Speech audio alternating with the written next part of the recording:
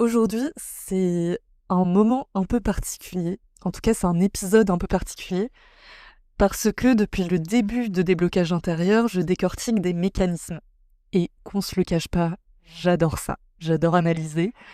Mais j'ai réalisé un truc qui est que la théorie explique comment ça fonctionne, mais elle te montre pas à quoi ça ressemble chez une vraie personne. Et j'ai eu une réflexion qui était que souvent, les meilleures inspirations, celles qui changent vraiment quelque chose, eh ben, elles viennent pas des bouquins. Elles viennent pas des recherches que tu lis, elles viennent pas euh, bah, des concepts de psycho ou de neuro. Eh bien, souvent, ça vient d'une discussion que tu as eue avec quelqu'un, que ce soit un inconnu dans un bar ou quelqu'un qui est super proche. Et ça débloque des choses en nous, des choses que on n'avait pas résolues depuis longtemps. Et c'est pour ça que j'ai voulu lancer ce nouveau format que j'ai appelé Dans la tête d'eux, où j'invite des gens de mon entourage ou des gens que je rencontre qui incarnent une qualité que j'admire. Et l'idée, c'est qu'on regarde ensemble comment ils fonctionnent à l'intérieur. Non pas pour faire exactement comme eux, mais juste pour avoir une inspiration, un petit déclic au cours de ces épisodes. Et pour ce premier épisode, j'ai voulu parler de la peur. Et en fait, il y a un endroit qui est presque un laboratoire de la peur, c'est la mer. Parce que la mer, c'est pas négociable. C'est-à-dire que tu peux pas lui expliquer que t'es pas prêt. Elle fait ce qu'elle fait, elle est autonome, et toi, tu t'adaptes ou pas. Et je pense que c'est pour ça qu'il y a beaucoup de gens qui n'y vont pas. Non pas par manque d'envie, mais souvent par peur de la peur. Par ce sentiment que face à quelque chose d'aussi grand, d'aussi imprévisible, eh bien, tu ne vas pas être à la hauteur. Sauf qu'il y a certaines personnes qui partent en mer comme si t'allais faire tes courses, quoi. Et ma mère, elle est exactement comme ça. C'est-à-dire qu'elle vit sur son voilier à l'année, c'est sa maison. Elle part en mer seule dans des conditions où moi, j'aurais déjà commencé à rédiger mes dernières volontés. Et avec elle, j'ai invité Christophe, qui est un de ses amis proches. Il a beaucoup navigué. Et tous les deux, ils ont vraiment une approche que je voulais qu'on vous partage aujourd'hui. Bienvenue dans Déblocage intérieur, le podcast qui t'aide à comprendre ce qu'il se passe en toi sur la base d'études en psycho et en neurosciences. Moi, c'est Louise, je suis passionnée de psychologie et de relations humaines, et ici on met des mots simples, vrais et vivants sur ce qu'on vit tous, mais qu'on ne dit pas toujours. Alors, donc on est à bord de Saouda 2, on est au Vieux-Port de La Rochelle, il fait un temps magnifique, alors qu'hier il pleuvait des cordes, hein. On est d'accord, c'était horrible. Et je trouve que quand on habite sur un bateau au port, c'est un peu comme si t'étais coupé de la ville. Je trouve que t'as ce truc un peu de cocon et il y a quand t'es au port et quand t'es pas au port, quoi. C'est juste, c'est un espace. Louise, merci de nous inviter pour parler de nos expériences de marins. Donc bienvenue sur cet espace qui est posé sur l'eau. On a l'église Saint-Sauveur qui est juste en face de nous. Et effectivement, le monde entier tourne autour du port et nous, on reste bien amarrés. Et c'est un moment très agréable. Eh bien, Christophe, Anaïs, maman, est-ce que vous pouvez commencer par vous présenter en quelques mots ? Moi j'ai 63 ans, une vie assez remplie, assez choisie. Et après j'ai découvert la mer à 30 ans.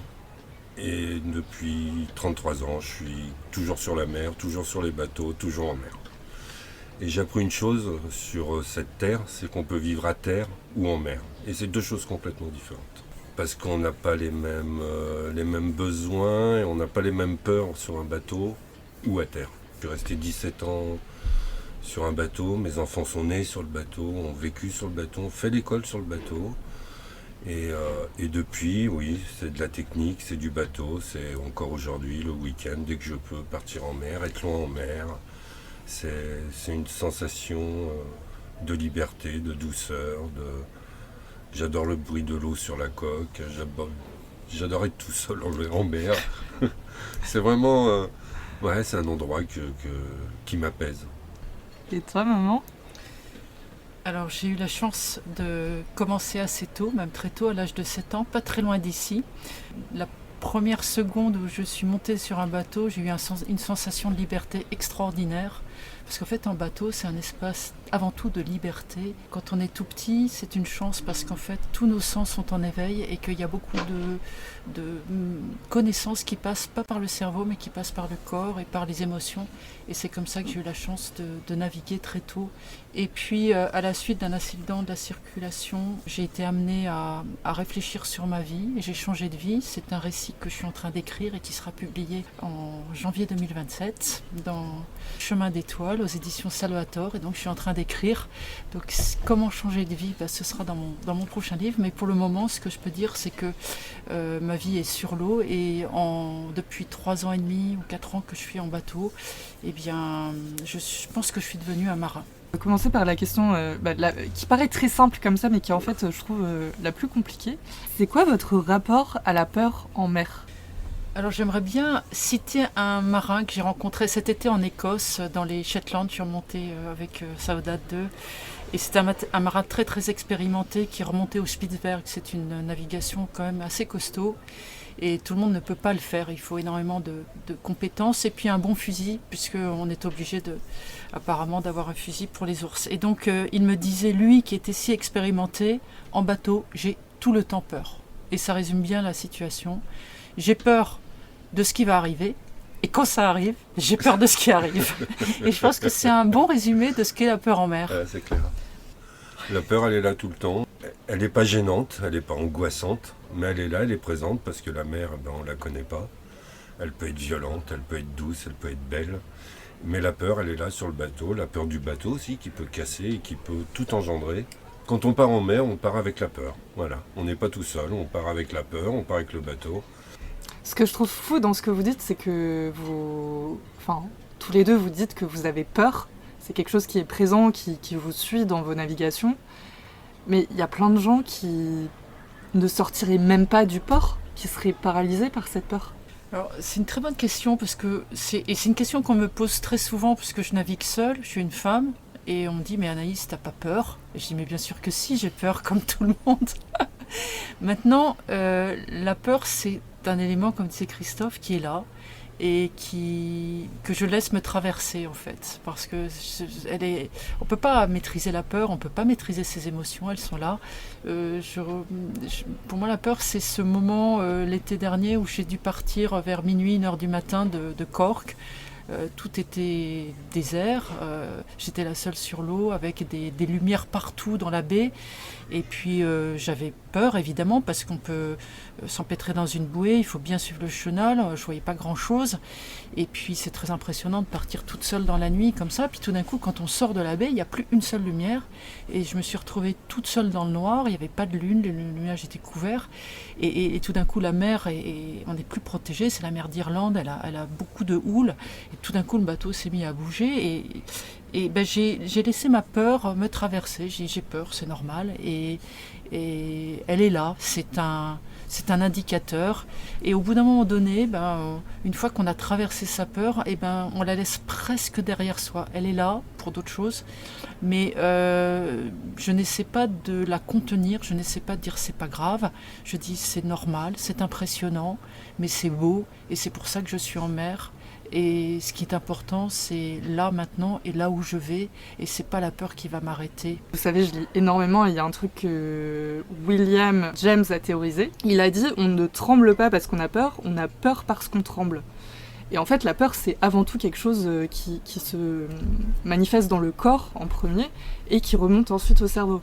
Ouais, il y a la peur aussi, mais ce qu'il faut comprendre quand on est en mer, il y a la peur, mais il y a surtout le bateau. Et le bateau, c'est ta terre.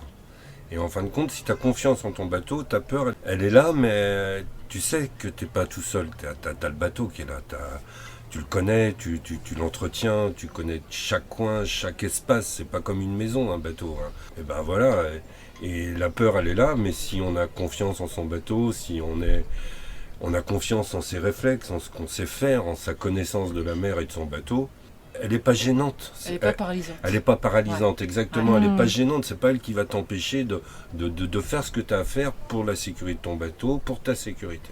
Elle est diminuée, en tout cas pour moi, elle est diminuée parce que je connais bien mon bateau. Et puis, partir en mer sans avoir peur, c'est quand même dangereux quand même. Qu'est-ce qui te fait dire ça? Parce qu'il faut avoir peur de la nature, quoi, que ce soit la mer ou la montagne. On ne sait pas, on part, il fait beau, et 2 jours après, on est dans une tempête, il y a le vent qui a monté, la mer elle est énorme. Est-ce qu'il y a un moment, Christophe, où tu as eu vraiment peur en mer, où tu t'es dit là, c'est compliqué? Oui, j'ai eu peur 2 fois. Une fois dans un cyclone, on avait 80 nœuds, pratiquement 180 km/h de vent. Et là, c'était la première fois que j'avais de tel vent. Et quand on se rend compte qu'on ne peut même pas parler, tellement le bruit dans le gréement il est fort, qu'au mouillage, on était à l'ancre, dans une petite île, dans les Grenadines. Et on ne peut même pas aller à l'avant du bateau si tu t'accroches pas, si tu prends pas un masque et un tuba, tu peux pas respirer. C'est un truc, et oui, là t'as peur parce que mon aînée Fidji, elle avait 9 mois, elle était dans son hamac, elle dormait, ça avait l'air d'aller, et c'est impressionnant, oui. Et là, on se rend compte qu'on peut rien faire par contre. Si l'ancre avait lâché, si le bateau aurait été à terre, on aurait été... Et ça, c'est vraiment quelque chose, quand on peut rien faire, la peur, elle est là. Et après, une autre fois, j'ai eu peur en mer, là, loin en mer, on a perdu l'arbre d'hélice, donc ce qui est accroché au moteur, et il y a un gros trou dans le bateau. Sous l'eau. Sous l'eau. Et l'eau rentre très vite dans le bateau à ce moment-là. C'est le fait de connaître son bateau et de ne pas paniquer qui a fait qu'on a pu pas aller dans le radeau de survie. On a tout de suite mis une échelle à l'eau parce que moi je devais sauter à l'eau pour aller remettre cet arbre d'hélice. Je devais aller sous le bateau. Et en fin de compte, quand j'ai sauté, le bateau n'était pas arrêté. Donc en fin de compte, dès que vous tombez dans l'eau, le bateau il continue à avancer. Et là, la peur, elle est là, oui. Parce qu'il faut nager très très vite pour attraper le bateau. Parce que vous êtes loin de toute terre. Et puis respirer, aller sous le bateau, remettre en place l'arbre d'hélice. Et puis là, une fois qu'il n'y a plus l'eau qui rentre, ça va bien. Mais moi, en tout cas, quand je suis remonté, j'étais très malade. Et là, oui, j'ai eu peur parce qu'on aurait pu être dans la survie avec...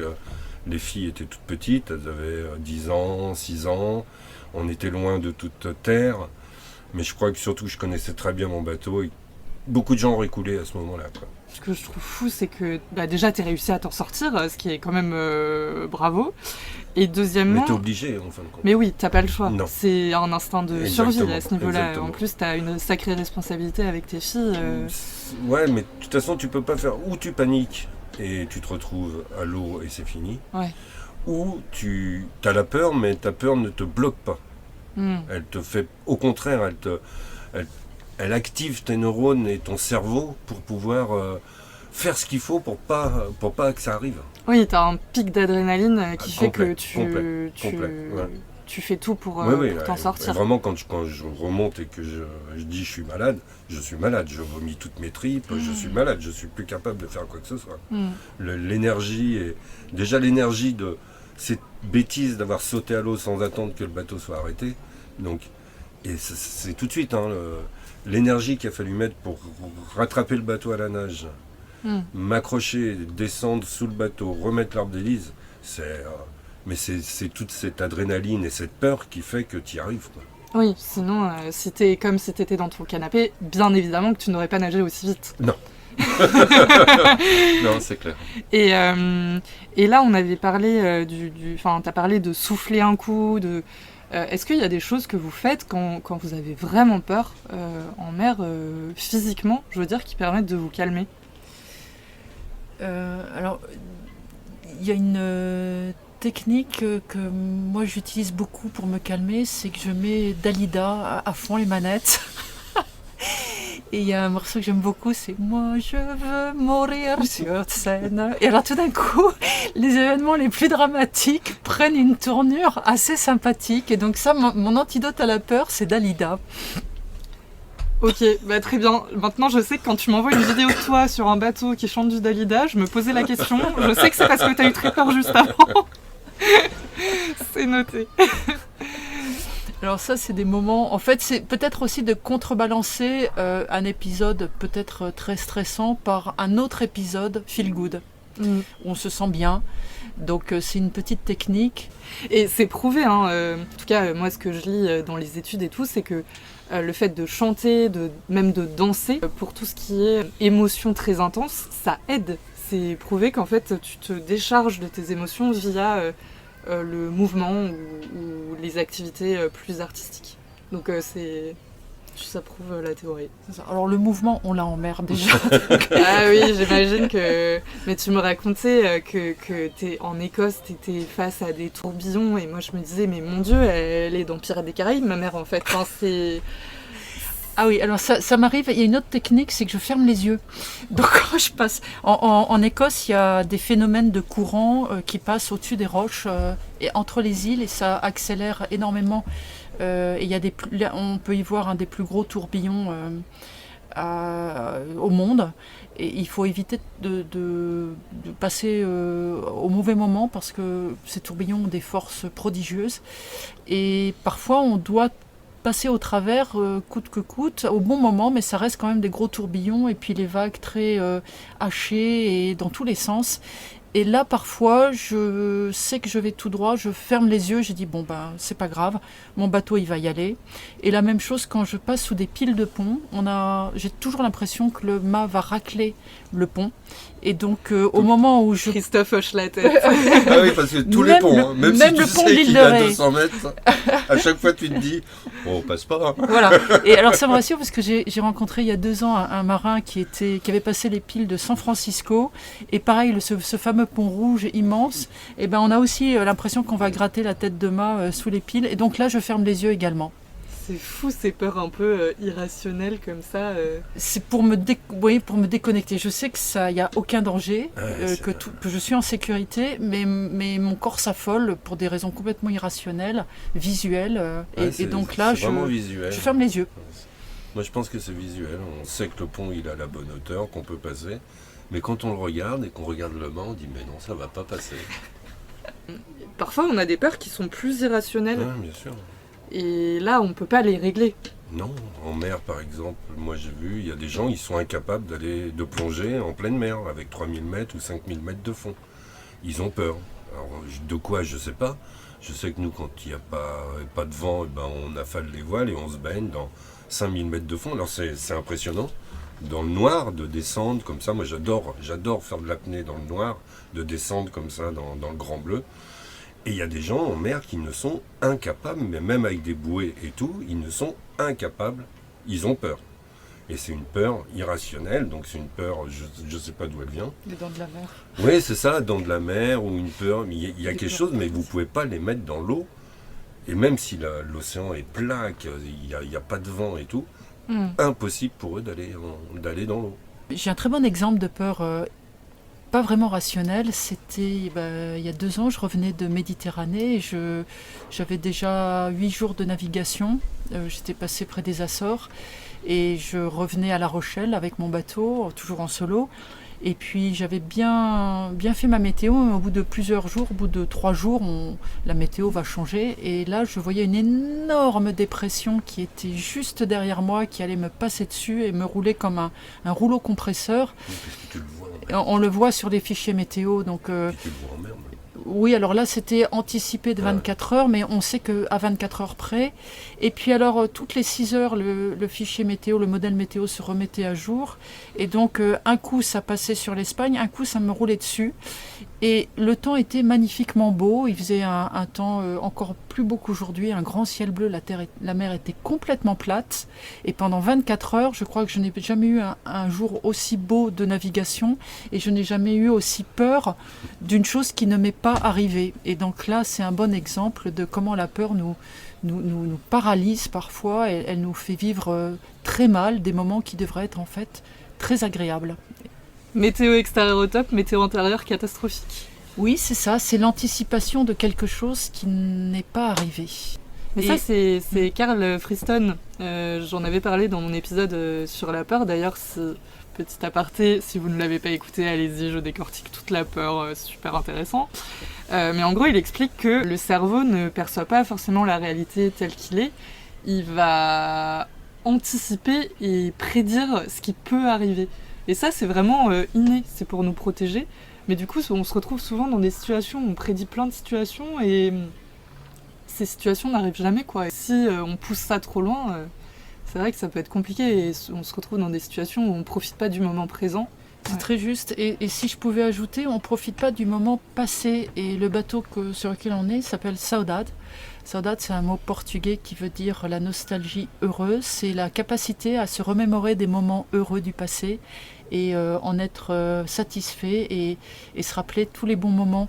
Et quand on parle de la peur, parfois on a peur à juste raison parce qu'on ne sait pas ce qui va arriver, mais surtout on n'est pas sûr de savoir faire pour une nouvelle situation qui n'a jamais été vécue.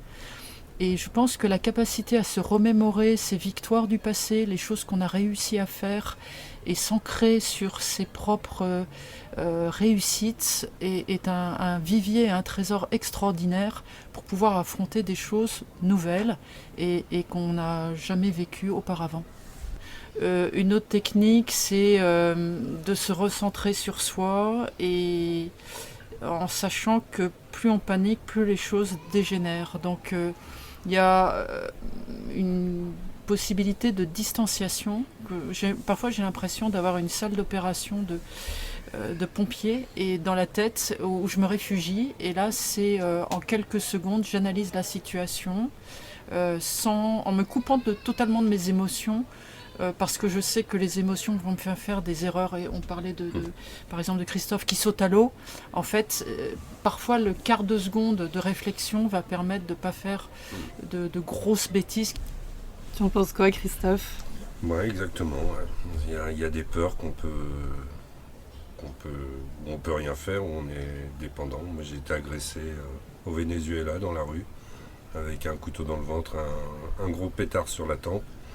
Et la peur, elle est là, mais on peut rien y faire, quoi. Et celle-là, elle est vraiment... C'est même pas la peur de la mer, là. Moi, j'ai mis des années à faire des cauchemars et à me sortir de ça, quoi. Et cette peur-là, je pense c'est la pire pour moi que j'ai eue, quoi. Parce qu'on peut pas la gérer, parce qu'on la connaît pas, parce qu'on peut rien faire, quoi. Sur le bateau, je sais quoi faire. Dans la rue, comme ça, quand on se fait agresser, on peut rien faire. Et la peur, elle est permanente, là. C'est très violent. Celle-là, c'est vraiment quelque chose de... C'est pas du tout la même peur que la peur de partir en mer, quoi. C'est autre chose. Ouais. Bah, c'est sûr que quand tu fais face à des situations comme ça, où t'es impuissant, en fait, face à ce qui t'arrive. Et t'as que la peur, quoi. Et t'as que ça. Ouais. Le corps est tétanisé. En tout cas, moi, je pouvais pas bouger. Ils m'ont enlevé les ceintures, ils m'ont pris les montres, les lunettes, le sac. Et t'es dans la rue, t'es là, il y a des gens autour de toi, ils disent rien. Et tu sais plus quoi faire, quoi.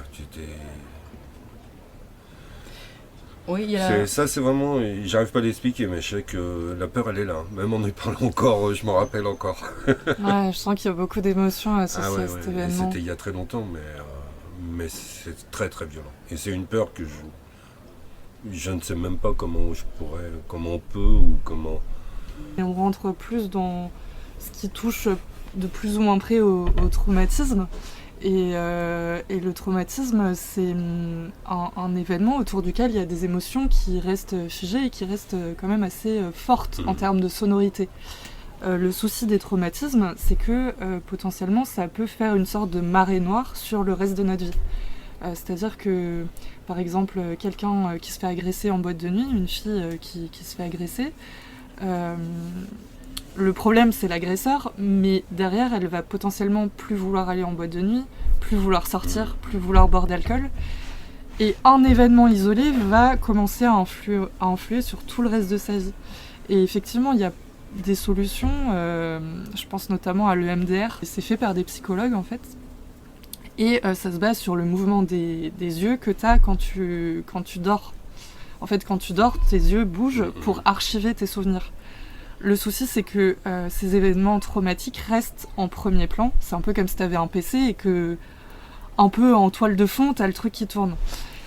Et avec le MDR, en fait, au fil des séances, on va faire en sorte... c'est un peu de l'auto-hypnose qui permet de retirer les émotions fortes associées à cet événement. Donc tu baisses le volume. Donc c'est toujours là, mais tu baisses le volume associé au truc. Je trouve que ton exemple est excellent parce que là on parle d'une peur qui est traumatisante et qui est ingérable.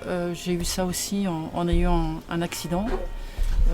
en ayant été renversé. Et là, en fait, c'est le corps qui enregistre. Et on passe dans autre chose qui est presque au fond de soi, on est cabossé. Mais on peut le relier à des événements nautiques. Par exemple, les grands cargos, quand ils rentrent dans des ports de commerce, ils ont un pilote qui monte à bord.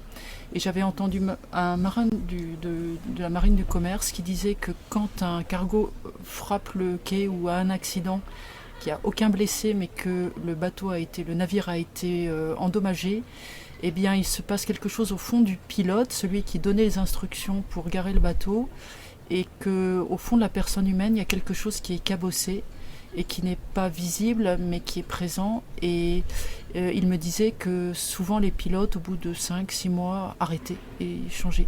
Ils étaient trop cabossés à l'intérieur, même s'il n'y avait aucun dommage matériel, humain.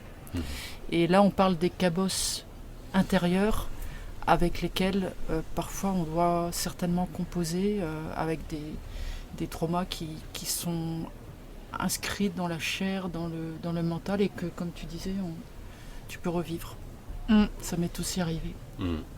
Et en fait, ce que je trouve dur dans les traumatismes, c'est que ça peut revenir parfois à des moments lambda, quoi. C'est une peur, mais c'est pas la peur du départ de notre conversation, la peur de partir en mer, ça n'a rien à voir. Et ce qui est fou, c'est que dans ce que tu décris, en fait, c'est un événement qui s'est passé, qui est terminé, Ah oui, et pourtant c'est toujours là. et il sera toujours là. Et ce sera toujours Ouais. là. Et c'est la même chose pour moi. Et Ouais. toi Je aussi, dois, il je sera- dois vivre avec. Il Ouais. sera toujours Avec là. les émotions, avec les cauchemars. On est obligé de revivre ce moment-là qui nous est imposé. Et dans vos deux cas, en fait, c'est une atteinte qui a été faite dans votre... Enfin, tout s'est passé dans le corps, finalement. Et du coup, comme tu disais, Oui. maman, le corps, il garde la mémoire Ouais. de l'événement, ça a été transmis au cerveau, et à partir de là... Ah bah, moi je me rappelle de mon accident de moto il y a 40 ans. Ouais. Tout. La voiture, le choc, tout. Il y a tout qui est là, quoi. Et en vieillissant, le corps il s'en rappelle un peu plus. Malheureusement. Suite à un événement traumatisant, ça peut être une agression, un accident. J'ai comme image quelqu'un à qui manquerait une jambe, qui a une prothèse. Bon, on vivra pas pareil après la prothèse, mais on marche. Et comment vous faites au quotidien, du coup, avec ça? Enfin, vraie question pour le coup, parce que, comme on le disait, il y a différents types de peurs. Il y en a qui sont beaucoup plus viscérales que d'autres qui sont plus gérables que d'autres. Là, on est passé sur des peurs qui sont vraiment ancrées, qui sont durables. C'est quoi vos prothèses à vous? Moi, je dirais vivre C'est passé, avec. quoi, voilà, c'est Mais passé, vivre avec. Bah voilà, c'est là, ça fait partie de ce que je suis aujourd'hui. Ouais. Et puis voilà, du moment que ça m'empêche pas de courir, de marcher, mais elle est là, voilà, c'est tout. On peut vivre avec. Et puis, on peut continuer d'avancer autrement. C'est Ma beau. réponse, c'est sur l'eau. Ouais. Et on trouve chacun sa réponse à sa manière, en fait. Bah oui. Oui. L'idée, c'est aussi de trouver peut-être des projets qui nous font vibrer et qui nous font avancer pour pas rester statique. J'ai l'impression que c'est un peu Oui, ce que vous et avez fait. C'est important, quoi. Sinon, si une peur engendre le fait que tu arrêtes tout, dans ces cas-là, elle va être permanente. Et ça sera impossible d'avancer. C'est un travail, quoi. Oui, parce que c'est pas confortable, forcément. Bah non. Non. Et pour autant, je pense que...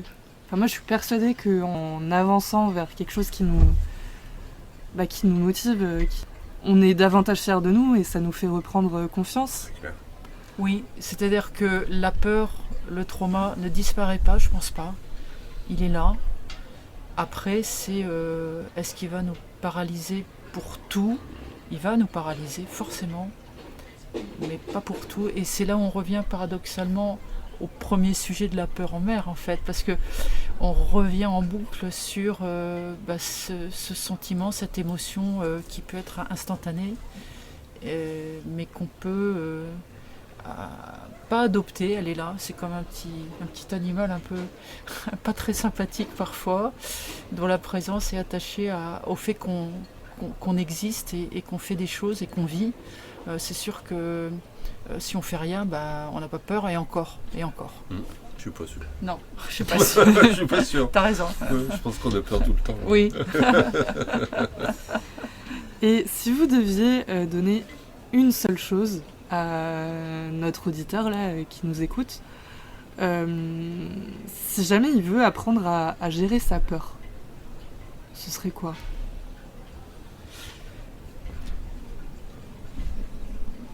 Je dirais, regarde sur l'année qui est passée, les 2 dernières années, les 5 dernières années de ta vie, les moments où tu as eu le plus peur, tes plus grosses craintes. Est-ce que tu as eu peur d'avoir froid ? Est-ce que tu as eu peur de manquer ? Est-ce que tu as eu peur de ne pas pouvoir manger ? Est-ce que tu as eu peur de ne pas pouvoir aimer ou être aimé ? Et regarde si ces peurs se sont matérialisées. Et qu'est-ce qui vraiment s'est matérialisé ? Et souvent, les peurs qui sont les plus prégnantes et les plus importantes ne se matérialisent pas. Parce qu'en fait, ce sont des projections de l'esprit. Et donc, j'inviterai la personne à réfléchir très sérieusement sur toutes ces angoisses et surtout ces peurs, et se rendre compte qu'il n'y en a pas beaucoup qui se sont produites. Moi, je les invite à vivre, tout simplement, à faire leur choix, à vivre, et en vivant, on a peur, mais on gère aussi nos peurs, on gère nos émotions, et c'est la plus belle chose qu'on puisse faire, c'est vivre. Pas subir, mais vivre vraiment sa vie. Donc oser. Ouais, Oser. tout à fait, oser. Oser. Faire ce qu'on a décidé de faire, même si c'est complètement incohérent, ça n'a rien à voir avec faire parce que tu as envie, parce que, oui, ça te permet de passer la peur et de passer encore un cap. De toute façon, la vie, c'est que ça, quoi. Et c'est vrai que souvent, quand on demande aux autres si on doit faire quelque chose ou pas, ils projettent leur peur sur nous et ça nous empêche de faire des choses. Alors que, au final, quand on les fait, ça se passe bien, quoi. Exactement. C'est vrai que quand j'ai dit que j'allais habiter sur un bateau, je me suis dit les gens vont me prendre pour une tarée, une folle. Et au contraire, on m'a dit mais c'est génial ton truc. Comme quoi. Faut pas trop le dire.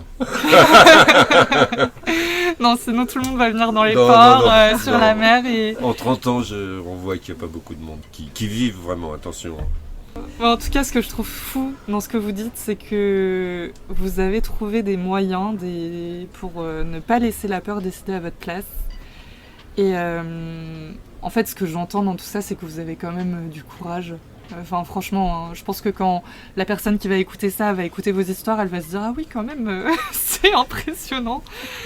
Donc, c'est pas tant l'absence de peur, mais c'est plus de pas laisser la peur décider à notre place. Et comment avoir suffisamment confiance en nos capacités à traverser les situations, que ce soit par la connaissance, par le fait de se dire qu'on en est capable aussi, et de partir quand même et d'avancer quand même.